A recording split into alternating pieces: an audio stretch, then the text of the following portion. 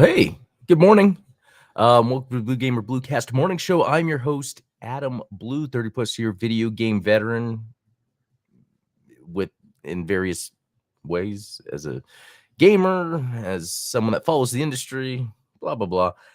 We're gonna start off right away, real quick, super fast with we're gonna play Kill Knight. I want to show it to you guys. Now I know using this stream platform, it doesn't always look the best because it's browser based. But you know, whenever I do my real gameplay videos and stuff, that will always be like using OBS or whatever. Anyway, this just came out yesterday. It's really cool. It it kind of positioned itself as a survivor like, and it pretty much is like these Vampire Survivors, but it's a little different. I think what makes this different and kind of enjoyable is it has a lot of mechanics at play that you have to constantly think about. So yeah, let's just start. Just show it real quick. All right. So yeah, twin stick shooter, hold down right trigger to shoot, and then you pick up, the red crystals. And then it has that active reload, and I just messed it up though. But like when you need to reload, if you press it at the right time, it gives your weapons more power. Also, left trigger shoots like a heavy weapon that you can change up. And when you need ammo for the heavy weapon, you actually press X to attack enemies, and then you get the ammo back. So yeah, it's only the heavy weapon on left trigger that requires ammo. But also, as you're seeing those red little crystals that fall, you can hold down RB to absorb them. By absorbing them, you are then building up this, there we go, where you hold down RB and then press L to shoot. So that's what I'm saying. There's a lot of things that you have to learn really fast. And this is the type of game that when you get into it, you're going to die. And you're going to be like, okay, I'm not doing good. But you'll quickly figure it out. Like, one of the first things it had me do was, like, kill, so many enemies. And I'll show you here in a second, like, what you unlock. Let me absorb some more stuff. Let's see. Oh, yeah, there's so many buttons you can be. Oh, and there's the dash. I totally forgot. So I have a dash. Oh, messed that up. Because, let me see if I can. Okay. Whoa. There we go. That was. What? Anyway, so the other thing is right now, this is $13, with all these big AAA games that have been coming out, full price games. Like, it's hard to find a game that's not breaking the bank. You just want to chill and play another game, and I think this does that. Well, it's different enough. And I guess when I say different enough, there's just a lot of mechanics to it that you have to keep in mind to kind of give it that, like, more of an edge. Because with, like, Vampire Survivors, you can kind of chill. This one, you have to be on your feet at all times.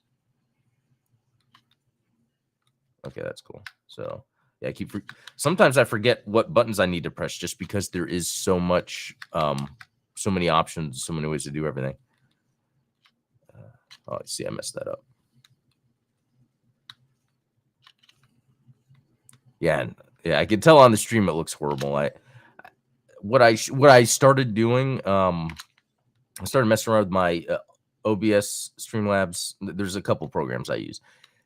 There's like the Ultra and then the regular OBS, and I'm trying to make it where I have two instances, so then I can, if I know I'm going to share some gameplay, I can just load that up that way. Oh, during the lives, the gameplay looks good. Okay, I died. That's okay, because we're going to get to the next part. Hey, Ultronimus, Fulcrum, Chris, good to see you all. Hopefully you thought this was cool. Okay, so that's, when you die, it's the roguelike stuff. So then you go to menu and then play. And then I haven't unlocked anything, but this is, and it seems pretty basic right now because in Vampire Survivors or those survivor likes, as you're playing the game, you then get prompted to choose an upgrade to use. This doesn't do it like that. This has it where then between games that there's your main gun and I guess your heavy, this is your melee, and this is your armor. And then this one, I don't know what it's for exactly. I think it's just various skills, this last one. But basically, this is how you're then doing the upgrading, at least so far. And it's kind of minimal. So you can see that after Solitude, there's these different levels to play, and then these difficulties. And yeah, you get score bonuses on bigger ones. So this is fun for $13. Kill Knight. Yeah, so I wanted to show that off. All right. We're gonna move on. Let me get this open. Yeah, so that was me playing Kill Knight. So yeah, that's actually all I did yesterday was play Kill Knight, and just for 27 minutes. I actually didn't do a lot of gaming yesterday. I actually went and saw the Mobile Suit Gundam movie in theaters. See, updated at 34 minutes. Yeah, I saw the Mobile Suit Gundam Part 1 in theaters yesterday with some friends. It was a good time. Brother-in-law, a acquaintance from the Discord server that I actually knew through a friend of mine that also came, which was pretty cool. And it was really cool because my brother said it was better than he thought. So that's good. Okay, let's see. Yeah, so that's all I'd played yesterday was Kill Knight. That's not oh, Fulcrum, you saw it on the big screen too. That's awesome. Yeah, it's cool we get these opportunities. I might talk about it more on the Gundam Explain show later today. So yeah, then I guess when it comes to what I'm playing, not too much there. I'm really excited today though, because at 12 o'clock, the Silver Phantom VR game drops, and I'm gonna play it. Now, that is in the middle of my workday, although that is during my lunchtime. So I might make the content then. If not, it will be shortly after that, because we have the Gundam Explain show later today anyway. And I'll talk about it there too. So one thing I wanted to look at real quick is seeing, man, this is so small, the other games that are coming out. Okay, so we've got that Starfield Shattered Space, which, I wasn't too big on Starfield. It's in my whole thing is it's probably cool, but the hype, a Microsoft backed Bethesda space exploration RPG, and it really just seemed like a Fallout skin to me. But it's interesting. So the Shattered Space, it's like $30, and it adds some stuff. And I've seen, and I think this is a cool thing about the game, because I've seen where people are playing like this is the most pointless thing. But then I saw someone play it, and they're just having so much fun. Like, wow, like this is so cool. Showing them like where they were bouncing around in space. So at the end of the day, it is still 54. I just realized that it has the score on there. So I guess that kind of equates to that, where some people don't like it, some people do. But at the end of the day, for a Microsoft first party backed Bethesda space RPG, like it could have been better. And I feel the same way with like Deadpool and Wolverine. For a Marvel and Disney backed Hugh Jackman and Ryan Reynolds film, didn't really do much. So Kill Knight, as I was just playing, it's on all the platforms, which is awesome. $13, and I think it's the sale. Mech Warrior 5 Clans. Don't think I would be playing that, but that's cool. I'll hear about it. I'll listen in and see what people say. Until Dawn Remake, I think I had played maybe the beginning. It's not my type of game, but it is cool. Interesting, they're doing the remake thing again. Sony, Sword Art Online, don't know much about that. SpongeBob SquarePants, the Patrick Star game, and NHL 25. So that's just this week. Nothing crazy. That gives me time to go back to Space Marine. That's my main plan. Okay. Okay, sad news I want to talk about is Castlevania veteran Shitaro Ida steps down from Bloodstained 2 following cancer diagnosis.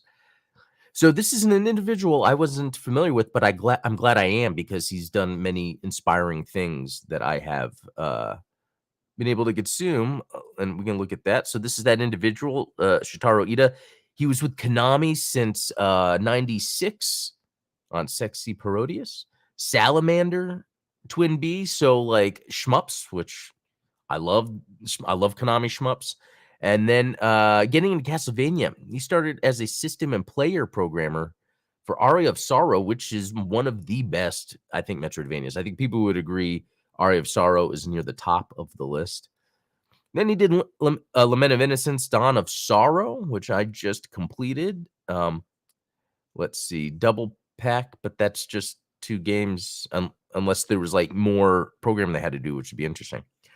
Portrait of Ruin, which is, I think, my personal favorite Metroidvania. Time Hollow, that sounds cool. But then look at this, Metal Gear Solid 5 Ground Zeroes, Metal Gear Solid 5 The Phantom Pain as a lead game programmer on the Xbox and Windows version. And then Bloodstained Ritual of the Night. So this man has had an incredible legacy of game development he has done. And he has said while he's backing out for now, well, one cool bit of news out of that is that they're deep into production of Bloodstained 2, so that's cool. But also, he said that while he's going to be stepping back, he's going to still kind of provide direction to the team of, kind of his, because if you look at the games he's been working on, there's probably this essence of him that we could feel in the game. So it's good that he's going, even though he's backing away for now. He was saying, I think on Twitter, that he's given the team the direction they need. So hopefully he gets a full recovery and can continue to inspire people with his games. At the end of the day, he's already done that, and that's pretty amazing. That's a cool position to be in. So yeah, wishing the best for him. And I'm going to be honest, this is the first time I learned of this individual, which is sometimes sad. Other developers get the spotlight, probably for good reason. Not that all developers want the spotlight, but it's really good. I feel that, knowing he's going through this and stuff, like maybe we can send vibes somehow. Ultronomus is saying, was going to say, I had no idea Bloodstained 2 was even announced. And you know what? I got to say the same thing, because as far as I know, it was almost like it was considered. It was like, yes, we're thinking of what we could be doing with a Bloodstained 2. And that was like maybe a year or 2 ago, maybe a year ago, because the game really hasn't been out that long. It was a year or 2 ago where Koji Igarashi, said that. So that's the thing. I was like, oh, cool, good news. This game is actually in production, which is making me want to go back and play the first one, because I played Bloodstained.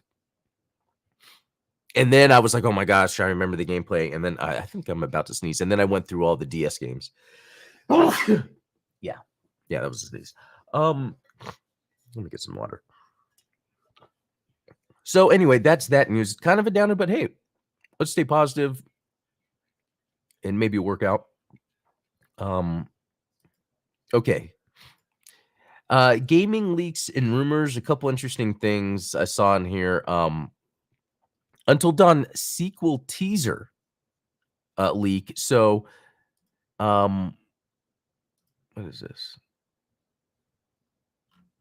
That might be. Oh, I guess that's probably spoiler. Hopefully, no one was. Anyway, so that can kind of explain the remake. Then the remake allows them to maybe refine what the engine work they're doing with 2. Also, make a little extra money with a remake that can help maybe fund development or something. So. This is neat. A new Sonic Heroes is releasing in autumn 2025. So, also the SHR title has been under construction since 2023, and its release date is autumn 2025. There's a possibility of delay. So, apparently this person leaked a bunch of stuff on Sonic 3 movie, and I don't need to look at leaks of the movie yet, but what's interesting, and I was under the impression that when Midori said this before he got outed, that it was probably false. Crazy if this is true, because Sega is really committing to yearly Sonic releases then. Also because I think this would be the first Sonic remake ever, right? Unless I'm missing something. Well, isn't Sonic Generations a remake? But anyway, what's cool about this is, what someone said, that Sega is doing yearly Sonic releases. And this could be good and bad. I would say that Frontiers, while interesting, didn't really compel me to finish it. I heard they're adding Shadow into that, so maybe I'll just play just to finish it. And they've had so many updates. Sorry, there's a cat here. And then we got Superstars last year. Yeah, Frontiers was the year before. Superstars last year, which I was just disappointed in. Even though I'm a huge Sonic fan, I didn't even finish it. And I feel like maybe I just should. Although Origins came out the year before and then DLC the year after, and I played through all that. And so, yeah, then thinking we're getting the Shadow X generations this year, and then maybe a Heroes next year. I like that there's a consistent output, but I don't feel anything's of that prestige quality of Sonic. Like, I would say between Adventure 2 and Generations. I felt like Generations was a high quality production Sonic game. And I don't count Mania because that is, I'm not discrediting it. I think it's incredible, the pixel art, but I just mean modernizing Sonic games. Because what happened was after Sonic Adventure 2, there was a whole thing of, the Dreamcast going by the wayside. Then Sonic Heroes was announced, and then that was going to be multi-platform. And then when you looked at Sonic Heroes, there wasn't a sort of like theme or setting that made it seem big, like Sonic Adventure 1 and 2. It was just, okay, here's some levels where you can switch between the heroes. And and so I never played it. I've actually gone back since. You know what? I was some popcorn from last night, even though I brushed my teeth. I hate that. Anyway, I've gone back and played it since, and I thought it was okay. And then, really, the Sonic games have been interestingly hit and miss. Like, I liked Unleashed. The Werehog stuff I didn't need to do, but it was fun for what it was, and the Sonic levels on it were amazing. So it's really weird. And then, Sonic 2006, we don't even need to. Yeah, that. Oh my god, I forgot that existed. Gosh, what? I think they need to remake Sonic 2006. Right, that was 2006. Yeah, they just need to remake it. That should be remade completely. Anyway, interesting news, but I think I don't. It's like I don't want to dog on Sega because I think what they're doing with Sonic's cool, but I feel like they could be doing more. All right, Tencent wants Riot Games to make a hero shooter. Okay, that's like corp speak. Okay, AC Shadows co-op mode in development. Hey, so that is cool news. If part of this delay allows them to make it where it's co-op between the samurai and the ninja, that's actually a really cool idea. Because I feel like it would be neat if most games, when they come out, like they're focused on a campaign, but you could play co-op. Like that's how I'm always seeing these games. Like I remember back when Alien vs. Predator, the remake, one that was made by Rebellion, and that was a 360 era game. I remember I was like, that was the first time I was thinking, well, couldn't you just have another player here? And that would be really awesome. And I think games miss out on that basic thing. It's like you already have the game here, make it where there could be another player. Yeah, maybe you do have to change some design and stuff, but I think that gives more meat to the game. So yeah, if this is true, Sega's will release post-launch. Codename is League. We'll presumably see Naoe, and I never looked at her name, Yasuke fight with their unique abilities together. Someone who enjoyed Unity co-op. This is pretty cool to see. But I would be. Oh, it was Rebellion. Thanks, Chris. I would be disappointed if really it's just a separate mode where it's not like the main game, and I think there's room now for video games to do that. Like I said, where it might take more development time, but you think about that ahead of time. Make the game an amazing single player experience that actually then could be with another. Yeah. Messing around in a historical sandbox with a couple of friends sounds awesome. Yeah, that's you know what? It was funny because I think in the past I did play some Assassin's Creed multiplayer, but it was like the PvP. If I remember correctly, like you would be like sneaking around little areas. I forget which one it was. It was one of the earlier ones. So I'm glad I'm glad Ubisoft's doing what they're doing, right? Because it's like people will complain about things, but then Ubisoft is trying things. They're like what they're doing with Outlaws. I'm really excited about, and what they're doing with AC Shadows. Chris, I would say it's just a rumor, as some people love to cause some drama to try to upset some people. Yeah, that yeah, that happens a lot. Yeah, and sometimes I even have to think, okay, should I even really be talking about a certain thing? Because maybe, yeah, this is really just drama and I'm just fanning the flames, I think is the term. Let's see. Project Renee. What is this one? Oh, this is the Sims game. So apparently, a Sims game that EA is working on got leaked, and people were kind of harsh about it, considering there's that other game. Unless yeah, there's another game that's Sims like, but it's super realistic. I think they showed it at not a State of Play, maybe Summer Games Fest. Okay, and this goes to the day before, so yeah, nothing there. Okay. Now, I'm going to switch over. All right, this is let's look at some of the latest headlines. See if there's anything interesting. Okay, Famitsu sales chart. Let's check that out. Showing Echoes of Wisdom probably means that it's the highest selling on Switch, which makes sense. You would think.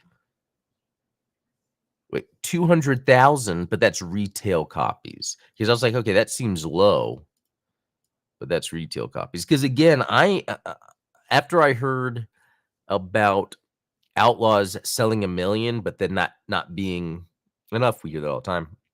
I'm curious to follow other games and how much they are selling in general.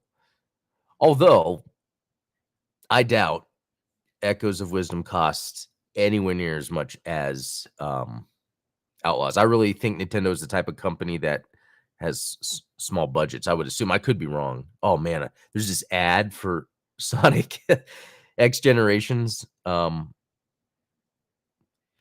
So that's interesting. I'm going to get off topic here for a second because it's showing that the PlayStation version is going to have some, in a way, exclusivity because of the nature of the DualSense, which I was typically all on board with that. Where a lot of times I was like, okay, well, if I can play um, a game, it's like, okay, maybe I want to play it on the PS5 because of the DualSense.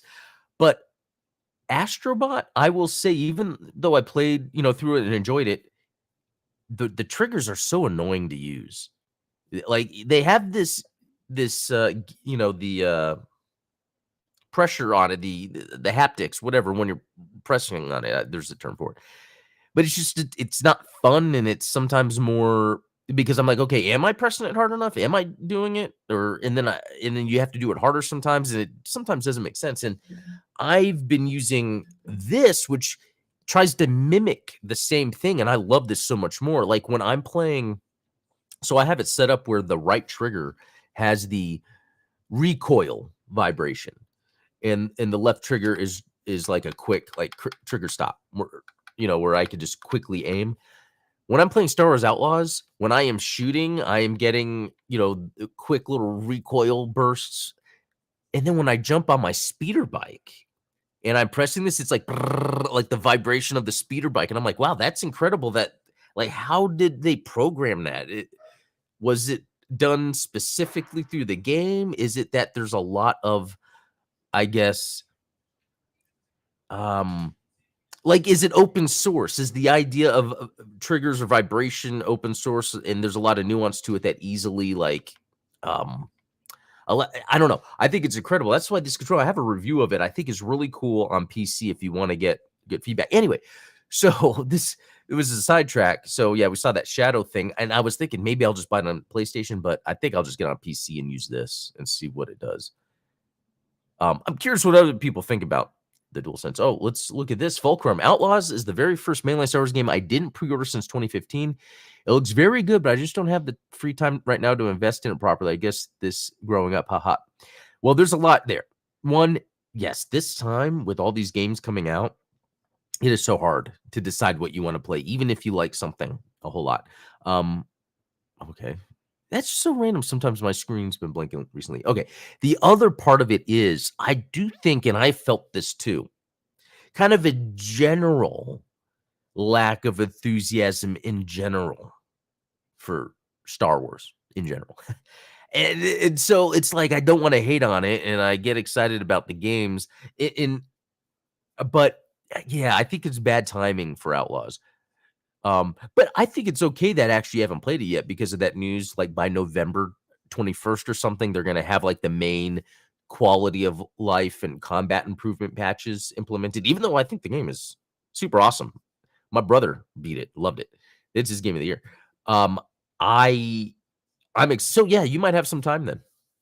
And then also just a note, if you sign up for Ubisoft Plus to play it, you get all the deals, all that extra stuff that comes with it. So um okay, so yeah, let's look at this. So yeah, Echoes of Wisdom is number 1, and then Legend of Heroes Kai. Let's see. I mean, I look at that name and it looks awesome.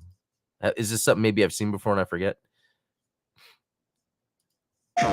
Wait a minute. どこにいるの解決事務所の助手 Like どうか in the city. Yeah, I don't know too much about that stuff. Okay. Oh, and a couple of them. Oh, PS5, PS4.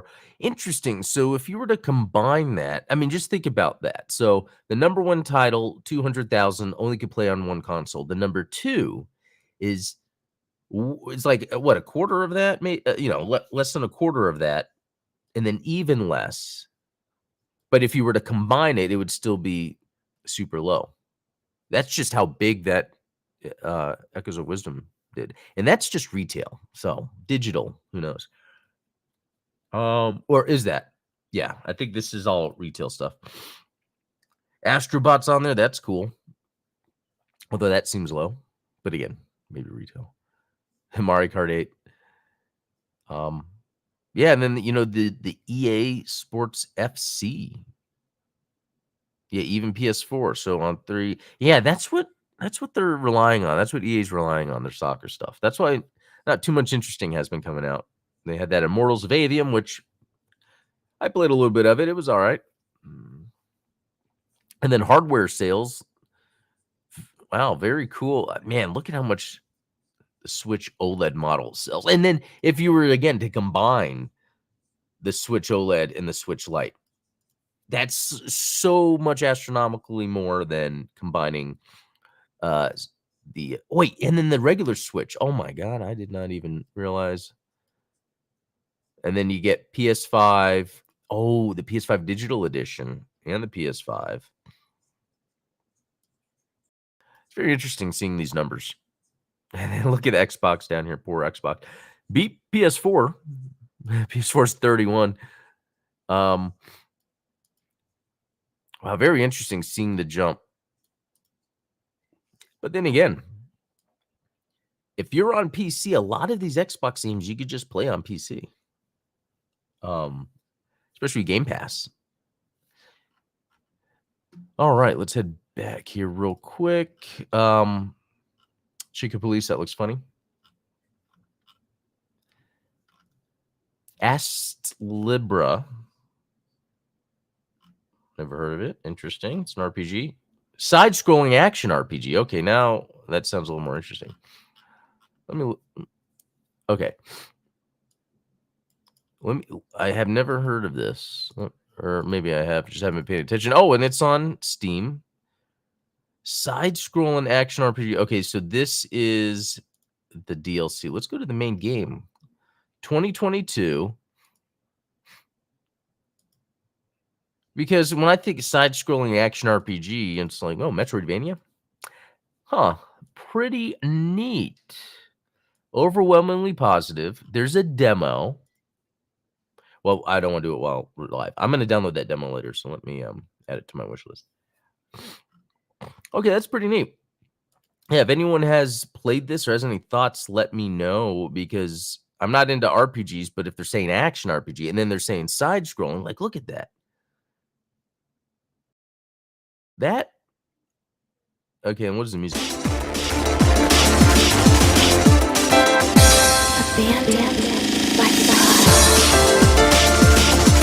Sorry. Huh. And 2 characters? This is a cool surprise. Okay. I'll check that out later. Okay, Horizon Zero Dawn has been removed from Epic Game Store ahead of remaster. Oh yeah, there's all drama around that. They raised the price, they raised the price because people were buying the original, so then they could buy the $10 upgrade. But I mean, I don't know what you do about that.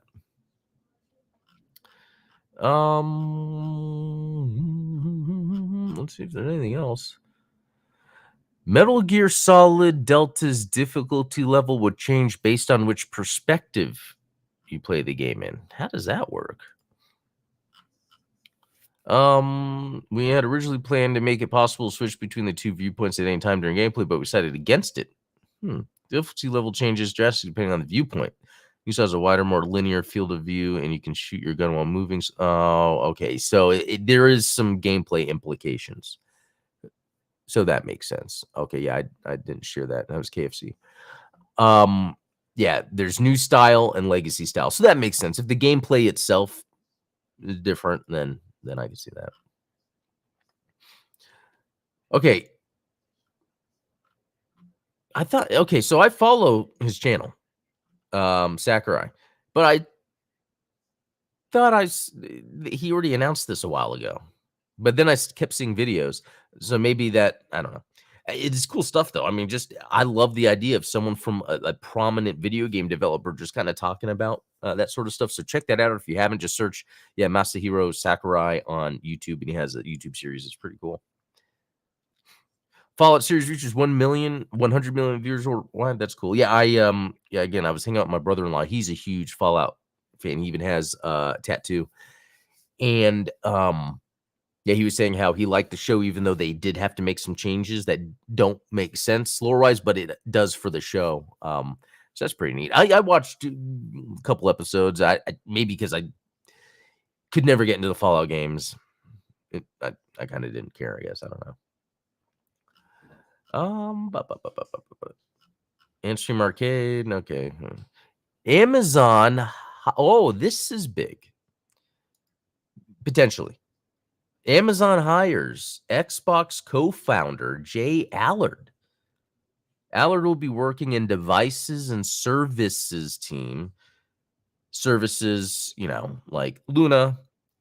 Devices could be how they are delivering Luna. So let's take a look at this. I think this is a big news story for me.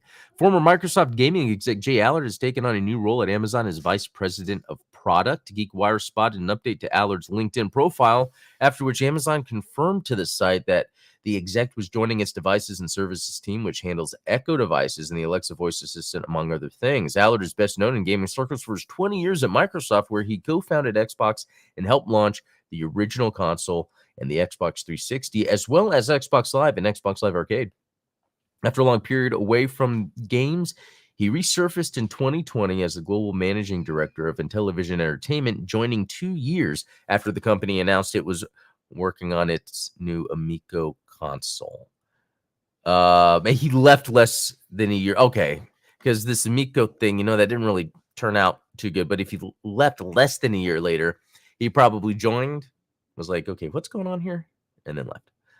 Since then, Allard has worked for a range of companies, including GoFundMe and Bicycle Registry Project 529. So I didn't see anything in here about Luna or video games. So I wonder, what that's all about. I wonder if there might be some new sort of Amazon handheld. Yes, and this is what they would do. They would be making a tablet that just has controller attachments. I think that's what they would do. So very cool. Very cool. And I think that's it for this episode of the Blue Gamer Bluecast Morning Show. Thanks for joining all. I love the comments in the chat, guys. It's really added a lot to this, I think, a lot to talk about. So yeah, hope to see you again tomorrow and all throughout the week. I'm going to try to there's a couple videos I've been meaning to get out. One is reviewing the Budget Pro controller. That's better than a controller. I mean, I think this has the edge, but for the price, like, anyone should be getting this. I'll kind of do a little review on that. I've been meaning to. And was there going to be another video review? I don't know. We'll see. But anyway, I should just get going. So guys, have a good rest of the day. We'll talk later. 昇竜拳